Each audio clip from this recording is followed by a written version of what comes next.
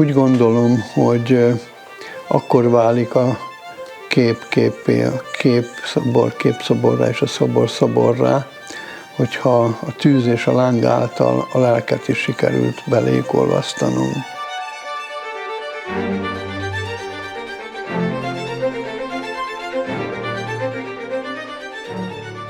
Minden külföldön bemutatott kiállítás, és én nem csak magamra gondolok, hanem egy magyar művész, ha külföldre kerül, akkor az egy kulturális nagykövet is. Ezen keresztül az országát képviseli, és ez egy nagyon fontos szolgálat az ország kultúrájának a bemutatására.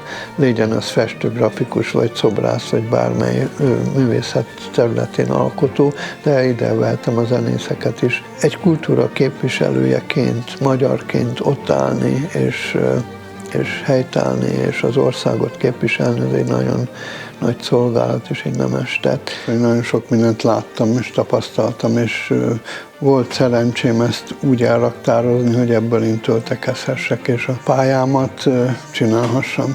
A anyai ágon a nagyapám volt festő és grafikus, és ezt a vonalat képviseli a fiam, mint tapasztalt vagy főiskolát végzett festő. Tehát az, amit én műteremben és műhelyben láthattam és elsajátíthattam, az végig kísérte és kíséri a pályámat.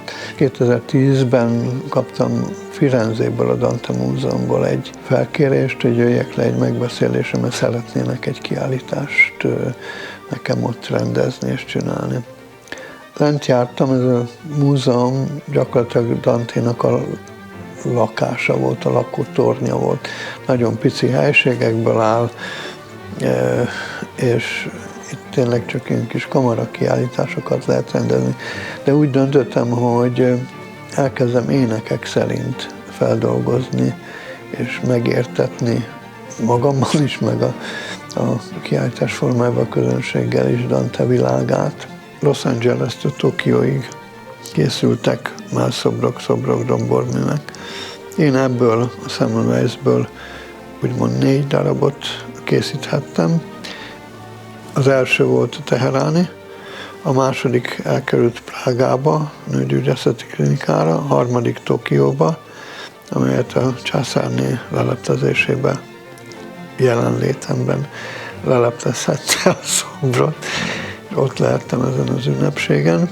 A negyedik pedig itt az Avicenna College-ben az udvarán van. A vörösrézlemezt megformálva, kalapálva, domborítva végzem az elképzelt műveknek a megalkotását. Így született a Szent István és Gizella szobor, ami 2000-ben Mádl Ferenc első útjára őszentségéhez, II. János Pál pápához ment. Ezen az utazáson én részt vettem. Ez egy olyan felemelő találkozás volt. Én nem először találkoztam akkor a II. János pápával, és ezen a 2000-es utazáson és audiencián, amikor megköszönte a két szobrot, akkor a szemünk újból találkozott.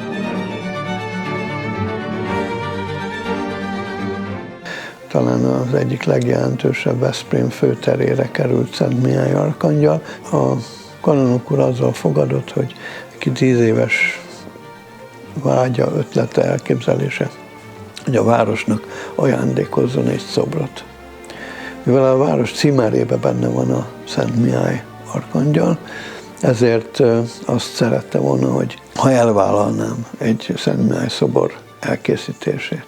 Innentől a lábam talpáig egy ilyen pozitív bizsergés a felvetésen megérintett. 2017 ez a szobor megszületett.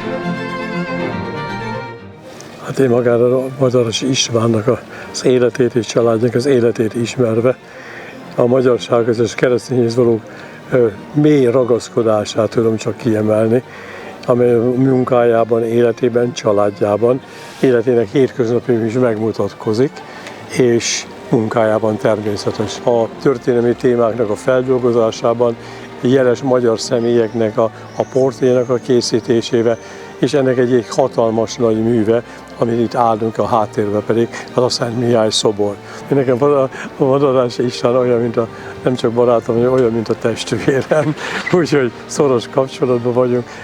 Mit üzenhetek neki? István, Isten áldjon, védjen, oltozz és adjon erőt, hogy tovább is szolgáld Istent és a magyar népet.